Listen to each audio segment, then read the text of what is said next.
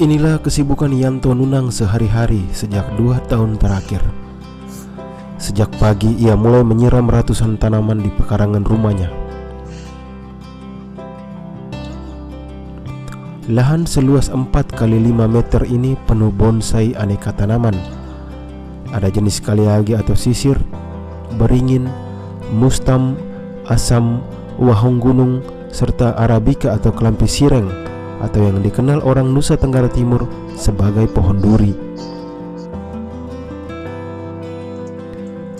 Dunia bonsai baru ditekuni ayah 3 anak ini sejak tahun 2018.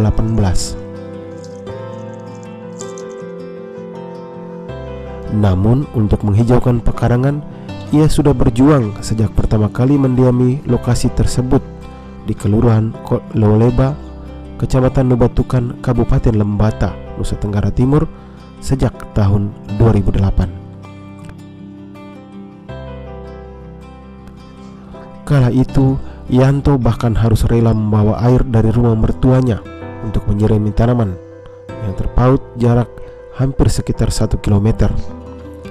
Air sangat susah waktu itu. 2008 saya pindah ke sini, pindah ke Kolior sini. Ini kan serba susah, halaman kosong, gersang. Kondisi tanah di sini saya kesusahan air waktu itu, airnya susah.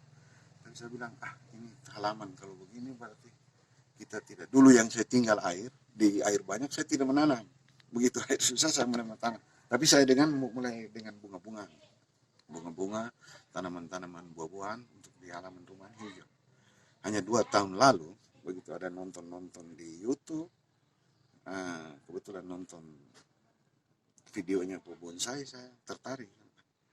Ini sebenarnya bagus juga untuk di sekedar hobi baru, kita bisa merawat tanaman-tanaman yang, karena saya lihat itu lebih banyak tanaman-tanaman yang dibuang. Satu ketertarikan saya bahwa kita bisa selamatkan tanaman-tanaman ini.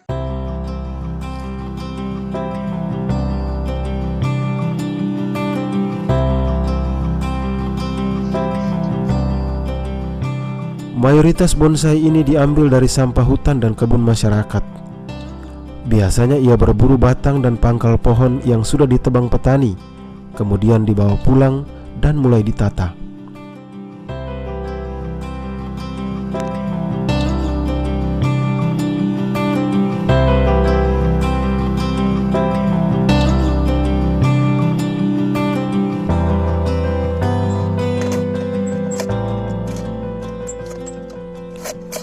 Butuh waktu 1 tahun baginya untuk menghasilkan satu bonsai yang bagus.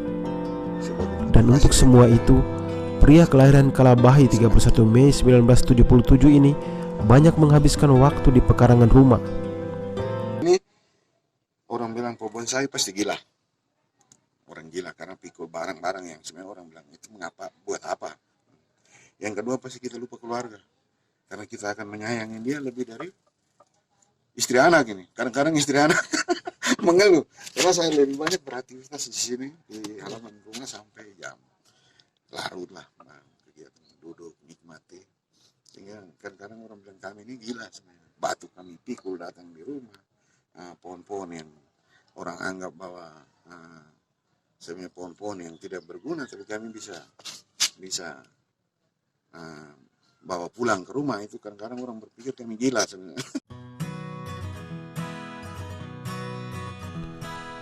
Ia bahkan sudah jarang berkeliaran atau nongkrong tak karuan dan minum mabuk sampai sering lupa pulang seperti yang dilakukannya saat muda dulu. Bahkan bonsai telah menghantarnya masuk pekarangan, menyapu dan menyiram tanaman, yang adalah kegiatan yang tidak pernah dilakukannya sejak muda belia.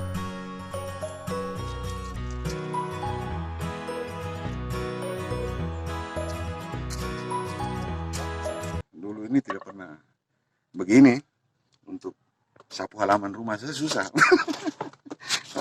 Sekarang ini dia bisa begini. Sekarang ini menjadi motivasi untuk teman-teman lain. Kita ini kan dari dulu kerja, kenapa kita tidak bisa? Dia bisa. Untuk tanam saja susah dulu, susah sekali. Jadi ini satu hal pengaruh positif sebenarnya. Nah, positif karena 2 tahun ini kalau orang ketemu ibu, orang tanya, yo Magun di mana? Apa kita membahas ya? Orang tanya Magun di mana?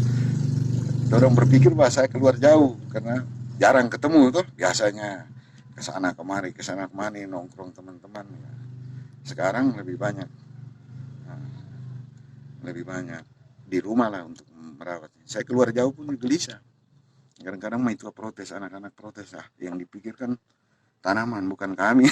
Lihat sunset yang bagus.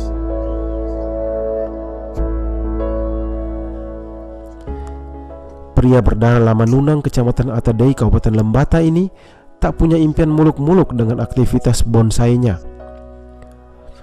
Jika beberapa tahun silam ia tekun melakukan pembibitan tanaman produktif yang ia sebarkan ke para petani, kini ia malah fokus di pekarangan rumah.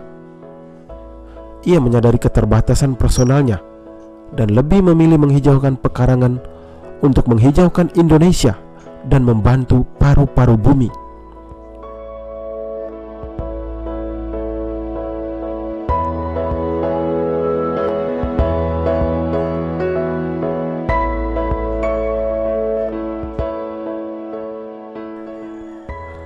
Makanya bonsai klampi sireng yang diurusnya sudah lebih dari setahun ia tempatkan di samping teras rumah sebagai pengingat bagi semua yang datang untuk perlu menghijaukan pekarangan.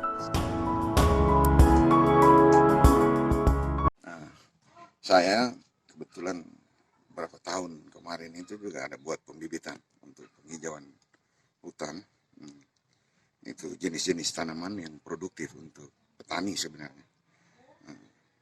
Hanya saya boleh buat begitu, saya boleh menanam hutan, tapi kalau di rumah sendiri juga kering kerontang, tidak punya apa kan, sebenarnya misi saya sebenarnya tidak berjalan. Untuk orang lain bisa, tapi untuk diri pribadi kan belum. Jadi saya berusaha untuk dari rumah sendiri.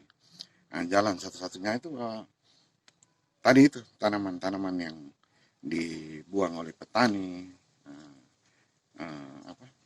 yang tidak bermanfaat, dianggap gulma, itu kan dibakar, dibuang, daripada dia mati total, ya kita ambil untuk paling tidak kita berpartisipasi untuk buat paru-paru bumi ini kan di kota, bawa ke kota, karena saya lihat banyak halaman-halaman rumah juga gersang, kota, banyak teman-teman yang teriak tentang hijaunya Lembata. Ternyata ya paling tidak kita mulai dari pekarangan rumah kita dengan cara begini.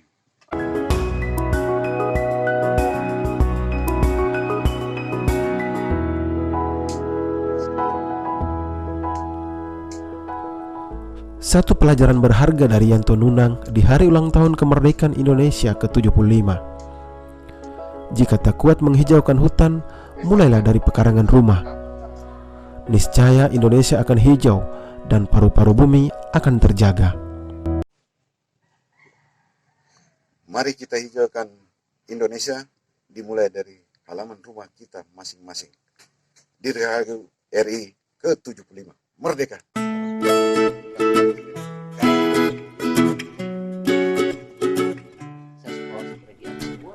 Salam hangat kemerdekaan untuk Yanto Nunang dan para pecinta bonsai pekarangan rumah. Dirgahayu NKRI ke-75. Merdeka dari rumah untuk Nusantara. TV Bekas Lembata berbagi cerita untuk Anda.